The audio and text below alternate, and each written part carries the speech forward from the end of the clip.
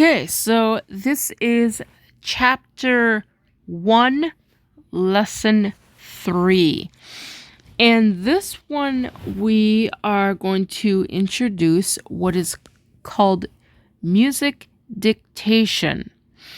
This is one of those requirements that music students must complete when they go to music school, and it is equally important for blind and visually impaired students.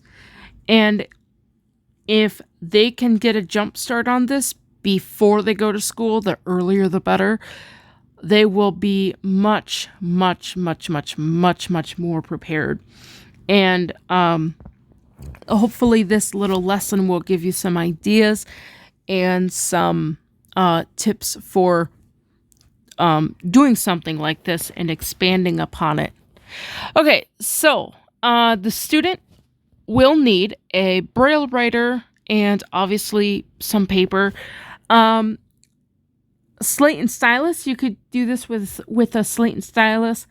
I was reading an article where a university music professor had a blind student in their sophomore year, and they were trying to figure out how to do Braille dictation for a music dictation in class. And a Braille writer, most people know that a Braille writer is really loud. Even, I think the new ones are a little bit softer, but they're still loud. Let's face it, they're loud.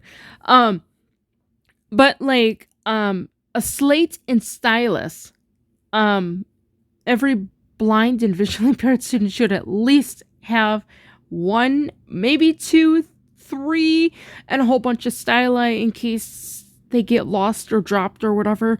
I got a whole basket full of styli because, one, I mean, they're just different shapes and things like that. Sometimes you need them for different not hands, but for whatever it is you're doing.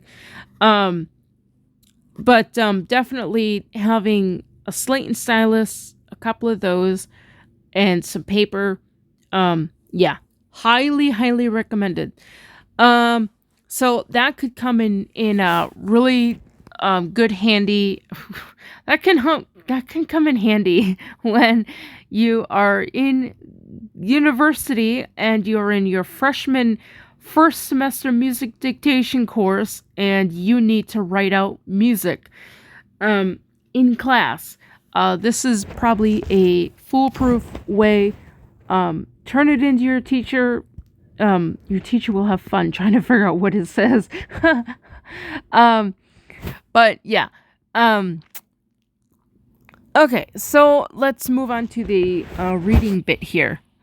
One of the best ways to be proficient at reading music is to be able to write down a melody, or write a melody down when you hear it. Have the teacher play different notes and melodies on the piano while you write the scale steps in Braille numbers on your Braille writer.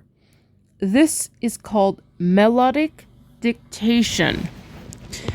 I have what do they call it? A lawnmower going outside. So if you hear that, I can't do anything.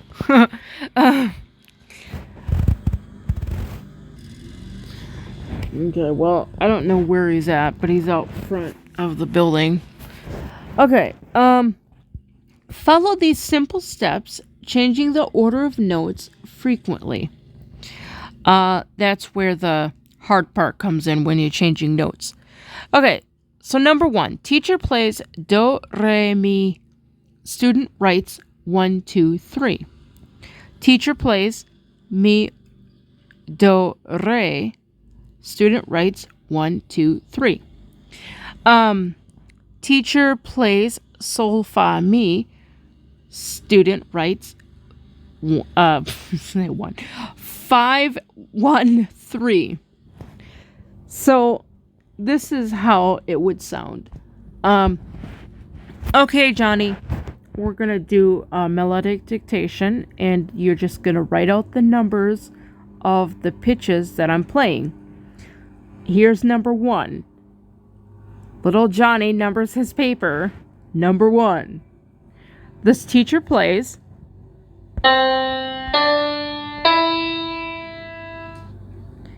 And then the student writes down that answer, or what he thinks it is. The teacher could then play it again.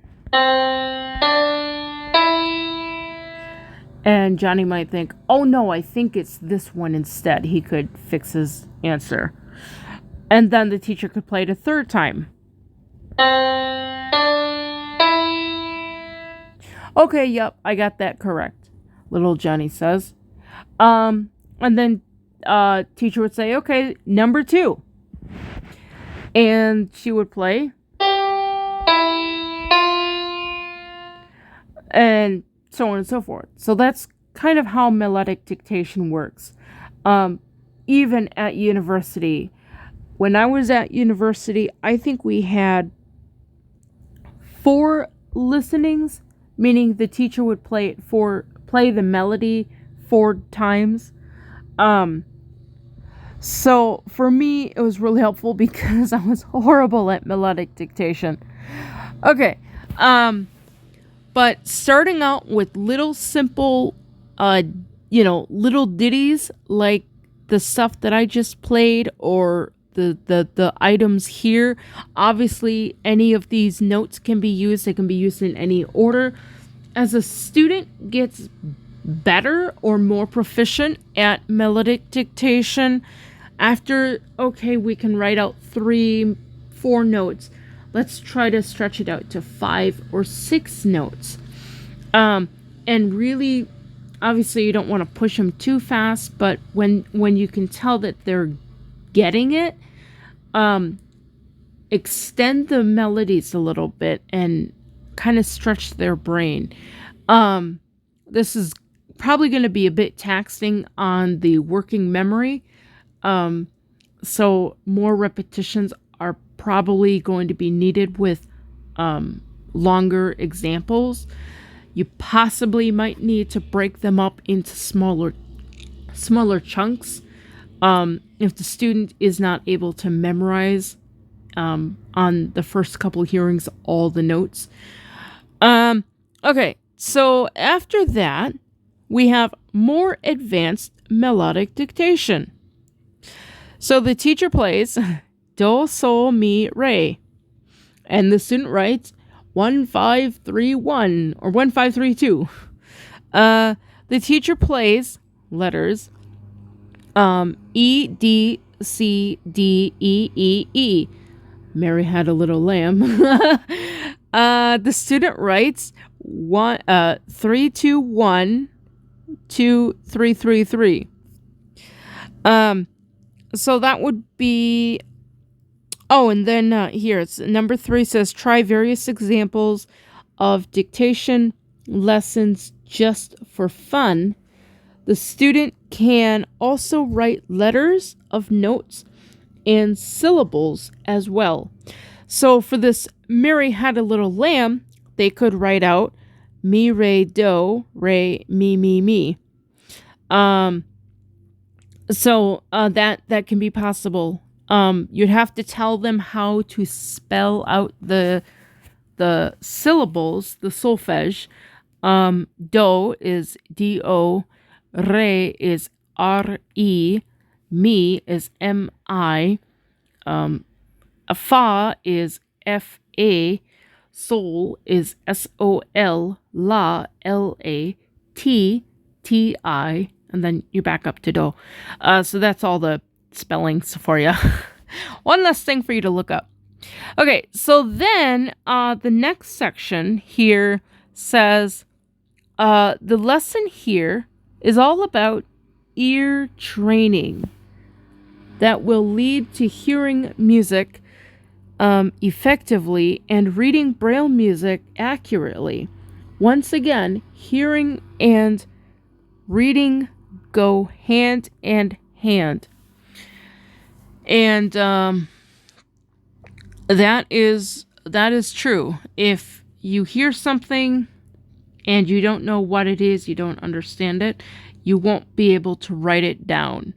If you read something in Braille and you've never heard it before, like if I gave you this Mary Had a Little Lamb melody in Braille and you don't know how to read the notes, it's gonna be kind of tricky. So, yeah, you need to be able to hear music and you need to be able to understand what it is. This is basically how children learn how to speak. Speaking is not taught by parents. Children have to learn how to speak on their own. And this is kind of like how music language is also learned. They copy their teachers, and if they have a good teacher, they copy good stuff. If they have a bad teacher, they copy bad stuff. So that concludes lesson 3, which is the end of chapter 1. And just for review, lesson 3 basically covered music ear training, writing little melodies down in Braille, not in Braille notes, but just in solfege spelt out, or the letters or the numbers. And I would say, on the note of letters, like, I know there's like a symbol for grade 2 letters. No, let me think of this. It's grade 1 letters. It's supposed to put like a symbol. I forget. I forget what it is, but I think it's dots 3.